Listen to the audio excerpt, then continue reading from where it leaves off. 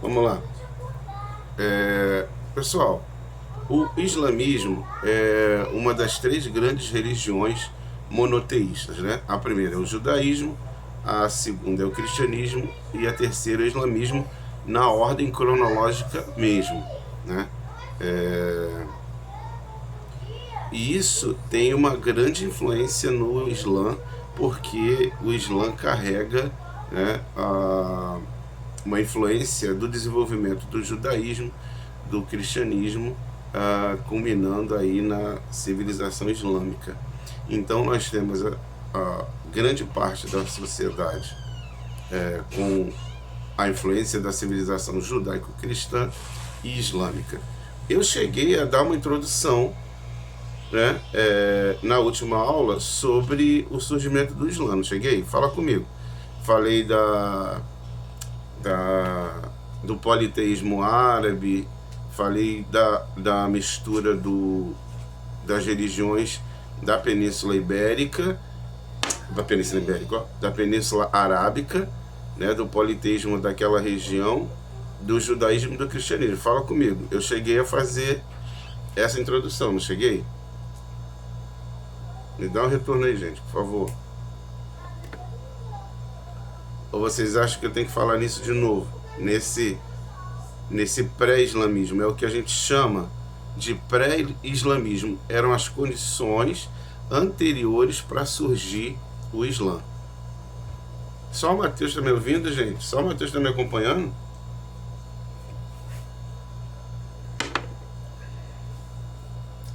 Meu amor, eu preciso que você fique quietinha aí e deixe seu irmão lá. Mas aonde que tá a maçaneta? Não se preocupa com a maçaneta, depois você vê isso. Tá, Matheus, Fernanda. Mas cadê o povo, gente? Luiz, Enzo. Tá, olha a pergunta que eu fiz para vocês. Eu me lembro que eu cheguei a falar das condições pré-islâmicas, ou seja, antes do Islã propriamente dito surgir. Maria também, beleza. Então, assim, bem rapidinho, vai dar tempo. Aquela área, a chamada Península Arábica, que hoje compõe a Arábia Saudita e alguns outros países, era uma região que era dominada politicamente por diversos povos. Uma das explicações para essa fragilidade política, bélica, estratégica, era o chamado politeísmo árabe, que dividia as centenas tribos nômades que ali viviam.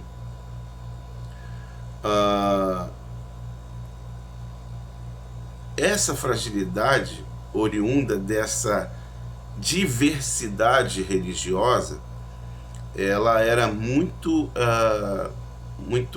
visível. Por quê?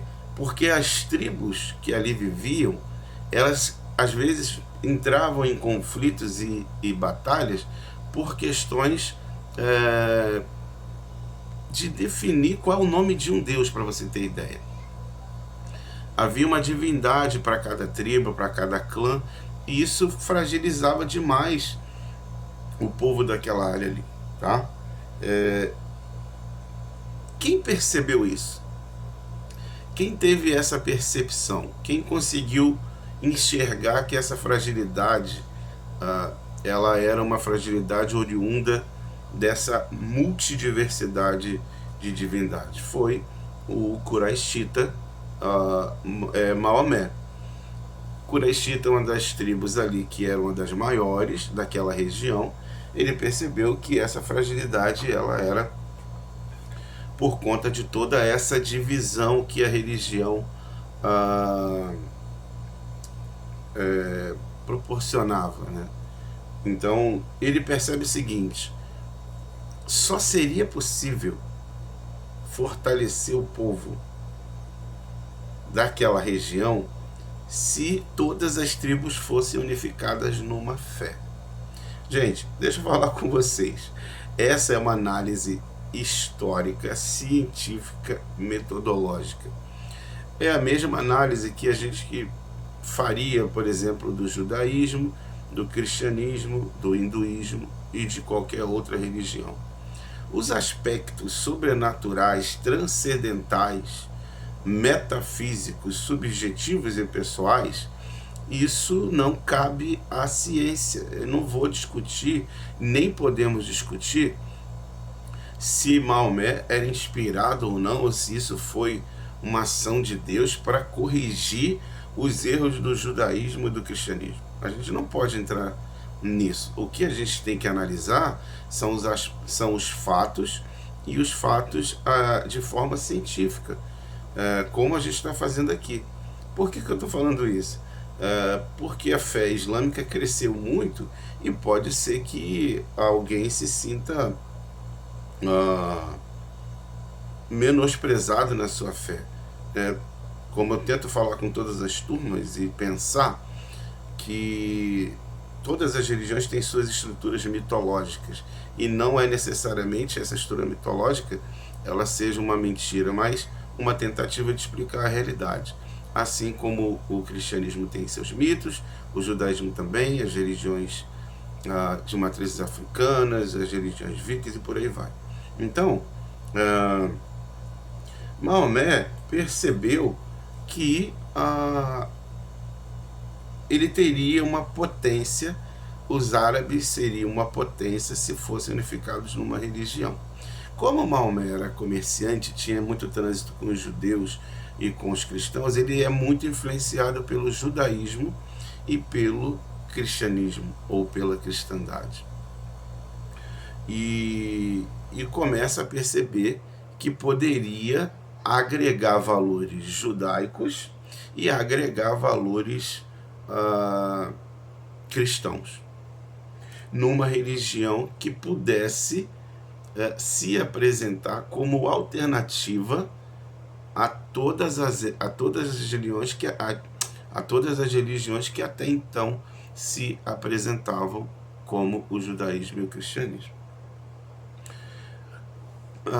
Somado a esse desejo, existia a crença, eu acho que eu falei isso com vocês aqui, existia a crença entre esses povos dessa região, desses povos serem descendentes de Ismael. Eu contei isso para vocês, não contei? Fala comigo. A crença entre os descendentes dos filhos de Isaac e os filhos de Ismael. Fala comigo. Pessoal.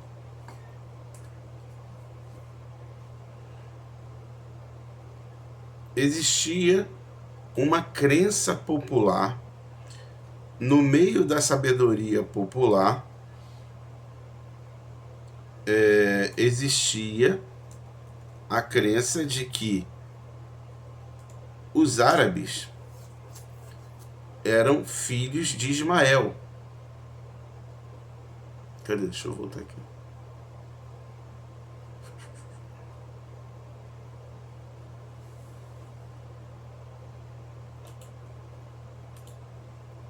Quando eu saio de uma janela, demora a voltar para onde eu estava. Deixa eu voltar aqui para o chat. Cadê? Matheus. Oi, Wilson, bom dia. Tá tranquilo.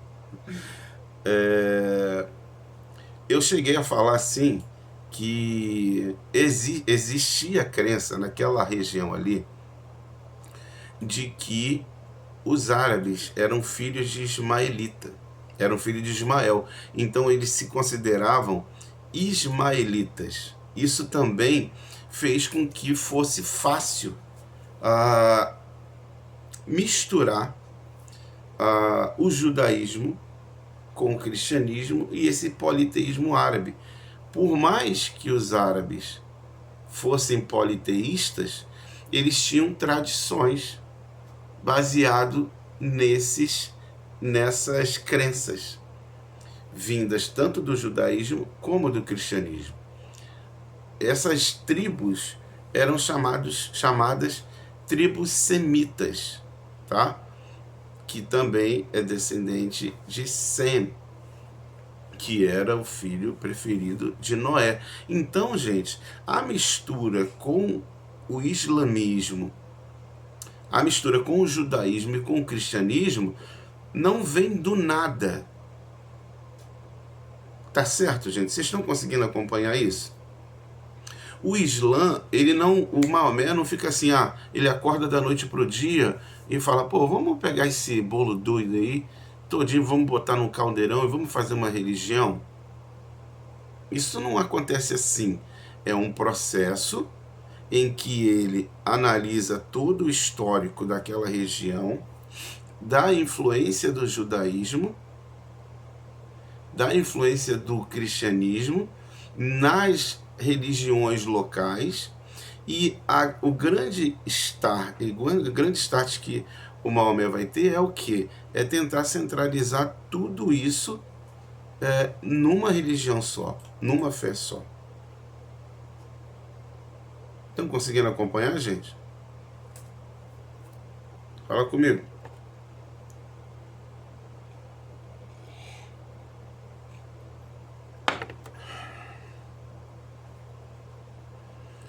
Pessoal. Então, gente, olha só. Quando vocês forem escrever, quando vocês forem responder, quando vocês forem discutir o Islã, não é só dizer assim, ele pegou o judaísmo, o cristianismo, misturou com as religiões árabes e fez o Islã. Não. Existia um histórico anterior de ligação com o judaísmo, porque havia as crenças locais deles serem descendentes de Ismael, o primeiro filho de Abraão, e que eles carregavam essa predestinação de terem sido o primeiro filho de Abraão, que teoricamente herdaria a promessa de que eles seriam multiplicados como a areia do mar ou as estrelas no céu, tá? Porque essa era a promessa de Deus para Abraão e era a crença desses povos que ali viviam, que acreditavam que eram herdeiros dessa promessa através de Ismael. Então, gente, não era pura e simplesmente usar o judaísmo e o cristianismo porque ele tinha trânsito comercial. É porque a tradição religiosa dessa área fortalecia isso e dava direção para que Maomé argumentasse para que isso fosse uma fé só. Aí vem a parte, isso é análise historiográfica e factual. Aí vem o argumento sobrenatural, o argumento religioso, em que Maomé diz ter recebido a visita do anjo Gabriel e que nessa visita ele deixou claro que ele receberia novas orientações em relação às crenças, às práticas, de como todos deveriam se comportar agora diante de Alá. Que todos que o antecederam foram profetas e que deveriam ser respeitados, e que ele agora teria a missão de unificar a fé baseada nos princípios judeus, cristãos e agora islâmicos.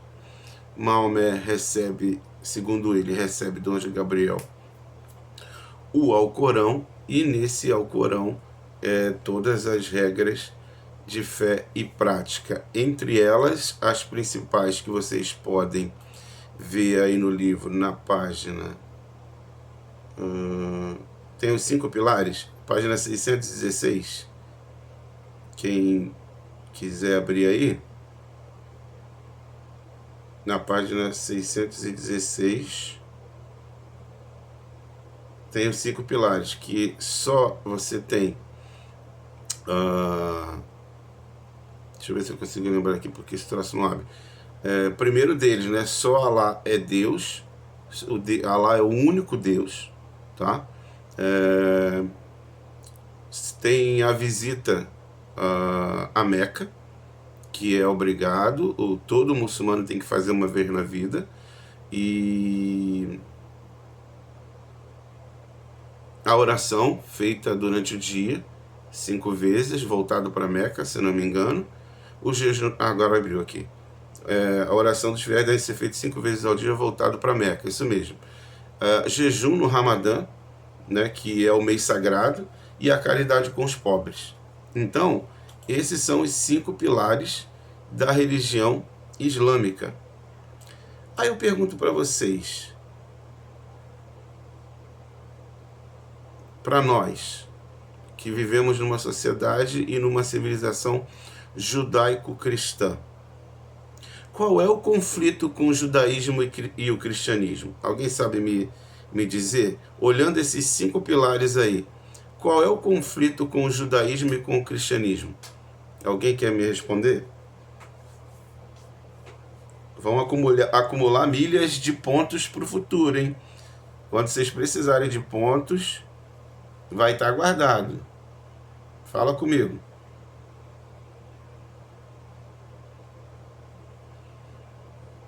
Primeiro ano, acorde.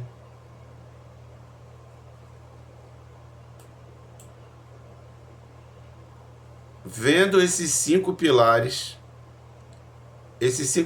só Allah é Deus, só Maomé é o profeta, caridade aos pobres, peregrinação, jejum e oração 5 vezes ao dia. Esses 5 pilares agridem a fé cristã, a fé judaica?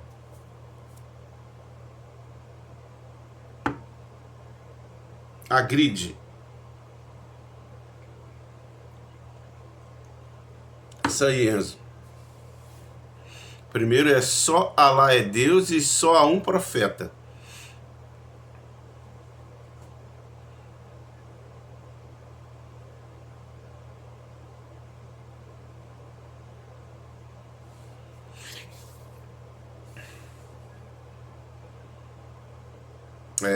Pra gente hoje pode parecer isso, mas no início não foi bem assim. No início, Maomé foi muito malandro, né? Assim, tomara que nenhum muçulmano radical veja essa aula, mas Maomé foi muito malandro. O que ele fez? Ele não deixou isso muito claro, não fez disso algo muito radical, porque ele dialogava com judeus e cristãos. Ele não... todas as doutrinas, gente, elas só se radicalizam depois com a interpretação de segundos, de terceiros, de quartos e de quintos. O cara que escreve a doutrina nunca fica claro no início. E o que aconteceu quando o Islã surgiu? O Islã não tinha como se diferenciar dos cristãos e dos judeus. Era uma fé tão parecida que, a princípio, eles conviviam muito bem. Para vocês terem ideia, tem uma piada velha não, né, de época, que diz assim: vocês sabem como diferenciar um cristão de um muçulmano? É muito simples, só você chegar perto dele e ver quem está fedendo a vinho. Quem estiver fedendo a vinho é cristão. Por quê? O cristão nessa época, a gente estava falando aí de século VI, século VII, sabe o que os cristãos faziam, gente? Eles faziam ceia quase todo dia, quase toda semana, com pão e vinho, para tentar adiantar a volta de Cristo. Olha que loucura, olha que doideira. Então, os cristãos viviam bêbados de vinho, porque eles faziam ceia todo dia. Vamos fazer o memorial, que quem sabe Jesus volta logo, né? E os muçulmanos, eles eram mais, digamos assim, conservadores em relação à bebida, tá? Hoje, se você olhar hoje esses 5 pilares, ele é muito mais claro hoje do que no início do Islã. Então você tem aí Maomé como o único profeta. Deixa eu abrir aqui o livro. Alã garante salvação por meio da submissão. Alá, né, garante salvação por meio da submissão dos homens e aos seus princípios. O vocábulo Islã significa submissão a Deus. A relação com Jesus era de que ele tinha feito um trabalho e que as pessoas não tinham entendido. E Alá veio para consertar e para complementar esse trabalho, tá? E quem começou tudo isso foi Noé e foi Abraão, que eram do povo hebreu e do povo judeu. Então, Maomé veio para consertar o que Noé, Abraão e Jesus não tinham conseguido. Então, esses são os aspectos religiosos.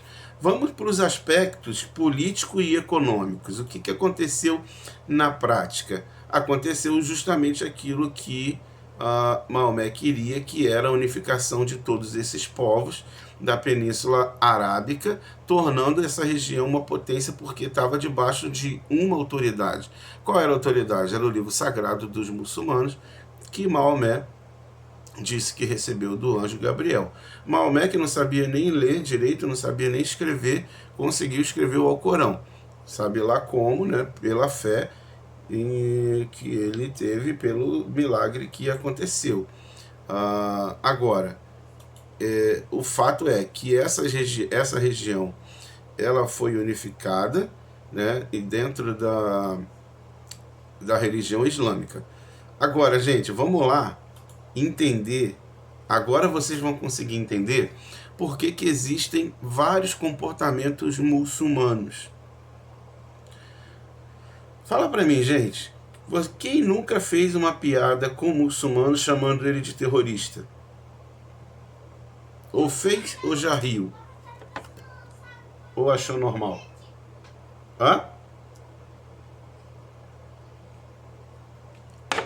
Então, isso é bom que a gente admita isso, né? Porque eu acho que é muita hipocrisia as pessoas dizerem assim, não tem preconceito. A gente tem preconceito, cara. Mas a gente...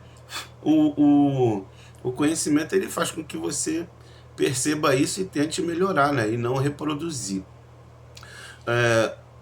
Para vocês entenderem a estrutura do Islã e as divisões, é muito fácil, porque assim, é a mesma estrutura em relação aos cristãos. Existem 3 grandes campos islâmicos: sunitas, xiitas e wahhabitas. São 3 grandes grupos. São os 3 maiores grupos, subdivisões do Islã: sunitas, xiitas e wahhabitas. Quem são os sunitas? Os sunitas é um grupo mais liberal que tende a entender que o Islã pode dialogar com o mundo externo e tentar conviver e compor de forma tolerante. Em relação ao Islã, eles são mais liberais em relação a costumes, e em relação ao externo, eles conseguem conviver. Tá claro? Esses são os sunitas, tá? Eles se baseiam na Sunna, que é um relato do cotidiano em que Maomé viveu e que está fora do Alcorão. Tá claro isso? Sunitas vem da interpretação da Sunna. Eles são mais liberais. Os xiitas é um grupo mais radical, é um grupo mais conservador, é um grupo que defende a primazia islâmica, em que eles defendem que os islâmicos têm uma missão e essa missão pode inspirar a levar o islamismo para todo o mundo. Vocês tinham clareza dessas divisões, gente? Vocês sabiam dessas divisões? Fala comigo, gente. Alguém?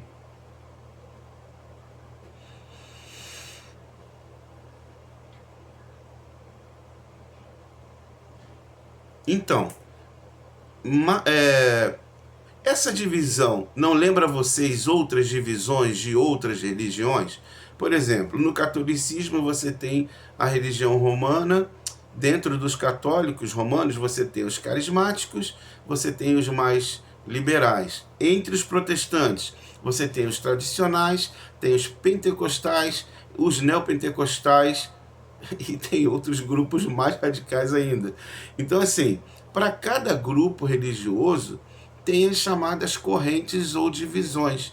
E essas divisões normalmente elas se baseiam nas interpretações de costumes e como que essas religiões vão conviver com outras religiões. Se eles vão se apresentar como uma religião ou se eles vão querer se apresentar como a religião que vai dominar todo o mundo.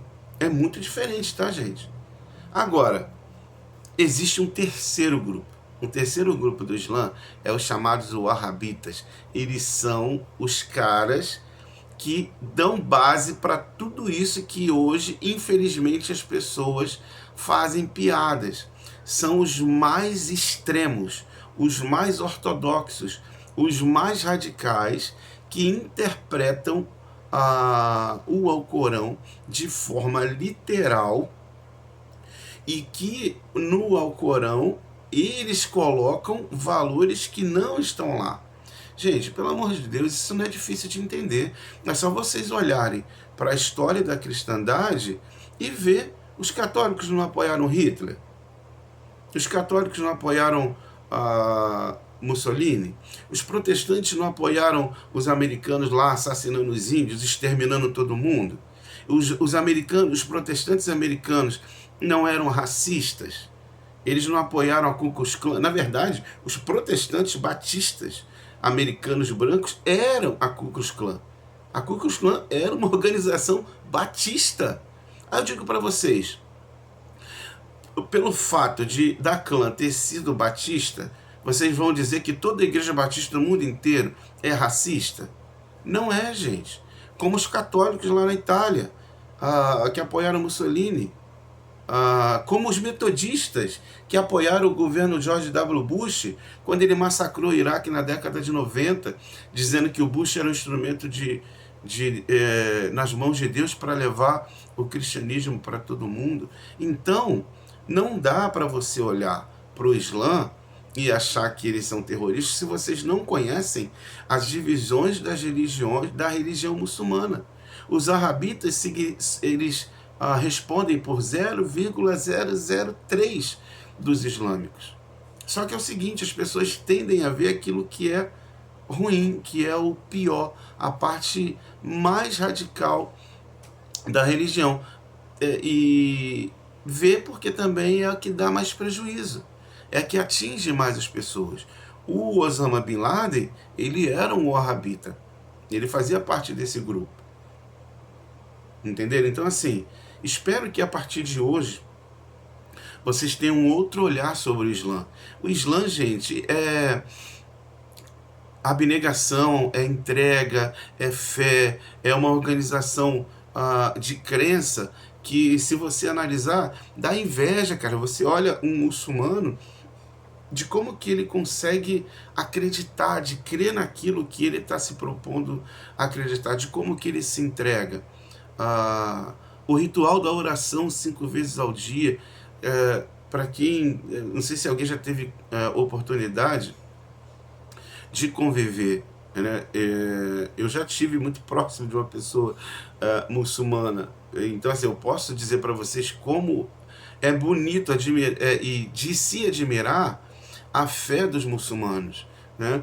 De como que eles se entregam naquilo que eles creem e de como que eles lutam para que a fé deles seja reconhecida por isso, não por causa de um grupo pequeno que acredita no sacrifício, que acredita no extermínio de quem é contra, no ataque a tudo aquilo que eles acham que é desrespeito a Alá. Então é o seguinte, a fé muçulmana não se resume a Osama Bin Laden.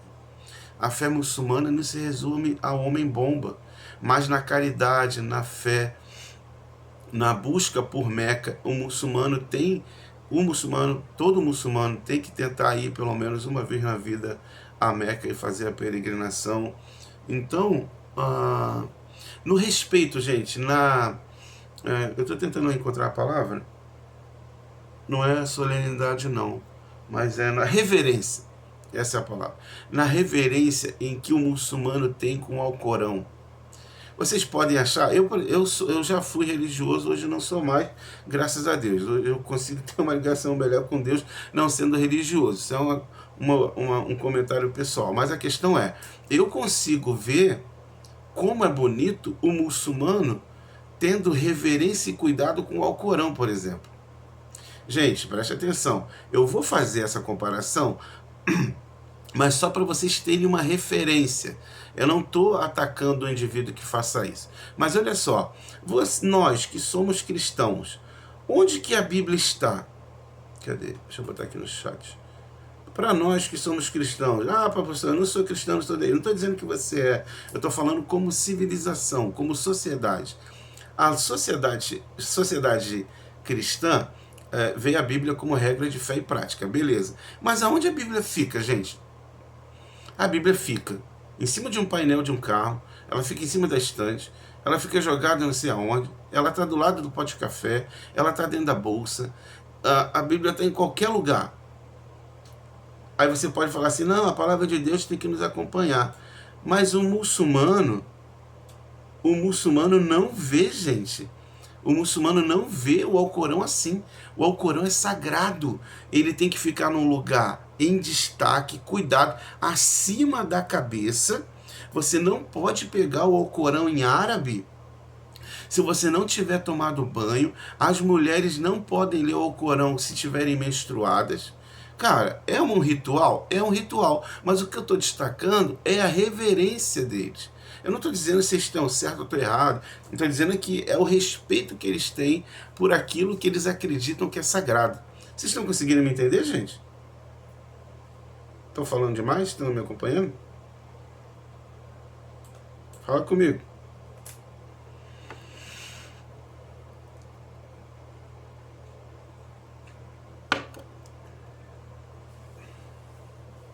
Beleza.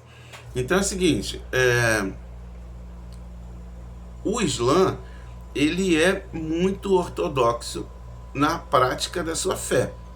Seja ele sunita, seja ele xiita e o wahhabita principalmente, né? E não tem, gente, só esses três, tá? Eu botei os três aqui, eu não sei nem se o livro faz referência. Deixa eu ver aqui. Eu não sei nem se o livro faz referência a essas divisões. Alguém leu o capítulo, sabe me dizer se o livro cita essas divisões? Corão, livro sagrado. Eu já vi sunitas aqui. Fala das divergências. Civilização árabe. Não, eu acho que não fala dos wahhabitas. Tá? Não fala. Então, isso é importante. Já fica o registro aí para vocês, né, dessas divisões e como essas divisões influenciaram no comportamento do mundo islâmico hoje, tá? E como que essa fé ela vai se expandir, gente? Ela vai se expandir justamente por conta desse comportamento de Maomé liderar o povo árabe em compor cada vez mais com aquelas tribos de origem semita, politeístas, mas que ele sabia que havia uma proximidade com a fé judaica e a fé cristã, que agora se agregaria à fé muçulmana. Pessoal, qual é o termo técnico, historiográfico, para a gente definir a mistura dessas três grandes religiões? Alguém sabe? Eu já usei uma palavrinha para explicar qual é o nome que a gente usa para essa mistura de fé. Fala comigo aí. Qual é o nome que a gente usa? Qual é a expressão que a gente usa para essa mistura de religiões e misturas de fé?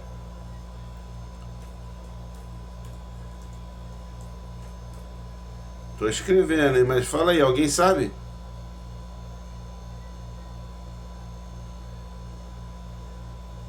Eu vou esperar o primeiro ano responder. Vou esperar. Espera. Não, lembra isso? Vou esperar alguém me retornar. Fala aí, quem tá me ouvindo, quem me ouve, segundo o desembargador que falou na televisão. Isso aí mesmo, Matheus. É isso aí mesmo. É alguma coisa que termina com ismo. Vitor, como que se dá? Isso, cara! É isso aí, ó. Sincretismo. Viu? Eu tive que cantar, mano. Eu tive que cantar pra vocês aprenderem, pra relembrarem. Eu vou cantar mais nas aulas. Vou cantar. Sincretismo religioso, o mesmo processo que aconteceu com as religiões afro, com as religiões cristãs e indígenas. Do sincretismo religioso das religiões africanas e europeias surgiu a Umbanda e o Candomblé, né? Do sincretismo das tradições africanas com as tradições cristãs, a mesma coisa aconteceu lá no Islã, ok? Gente, uma coisa importante para vocês não esquecerem é os 5 pilares, tá? Os 5 pilares da fé muçulmana. É bem legal vocês não esquecerem, né? E antes deixa eu fechar aqui, que eu estava querendo fechar essa questão da expansão.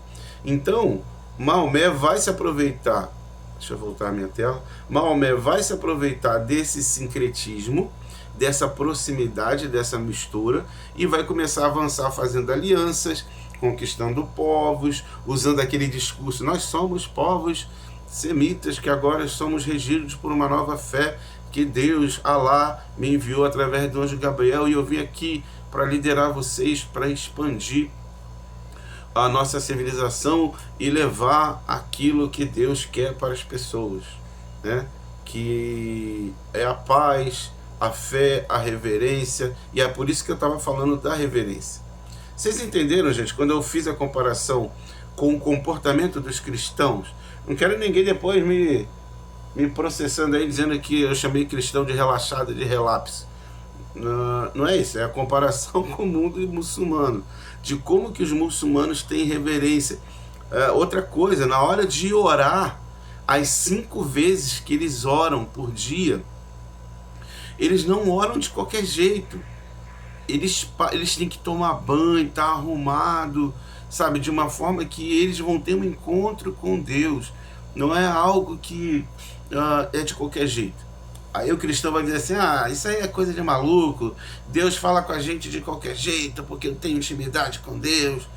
Aí tem intimidade para dizer que Deus mandou jogar bomba, ou apoiar torturador, enfim, tudo bem. É o seguinte, pergunta, gente, sobre o Islã, tá claro? Alguém quer falar alguma coisa, fazer um comentário? Vocês já tiveram oportunidade de conversar com um muçulmano? Ninguém nunca teve contato com alguém do Islã? Oi?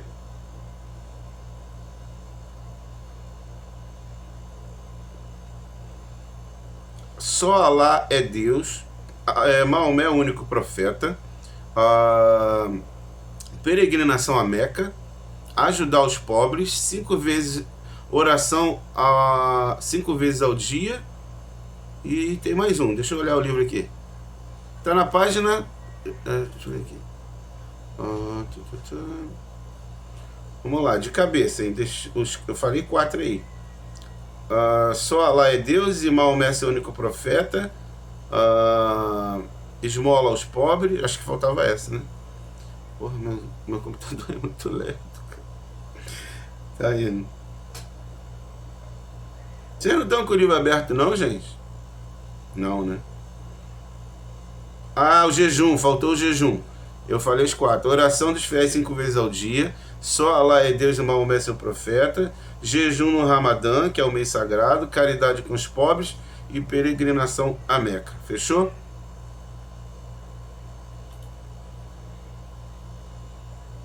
Algum comentário, alguma dúvida?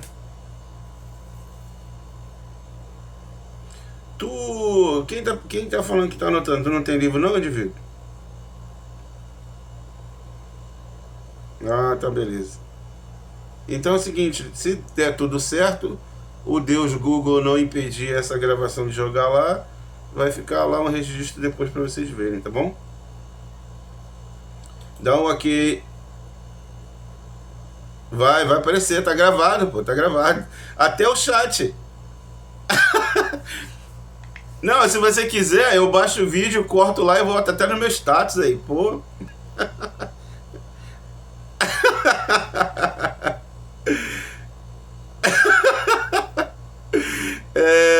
Bota aí ok pra mim aí, pra dar presença pra vocês, por favor.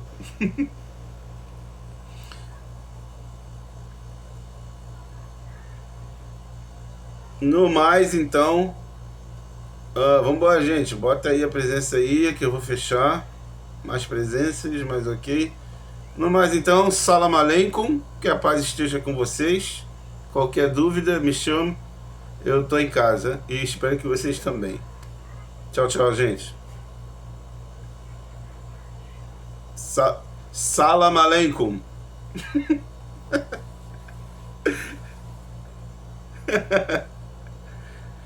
Pare bobeira, cara. É salam aleikum. Eu botei lá no WhatsApp lá.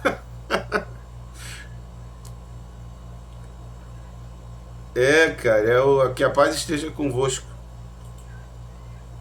Tchau, tchau, gente. Vou encerrar aqui. Tchau.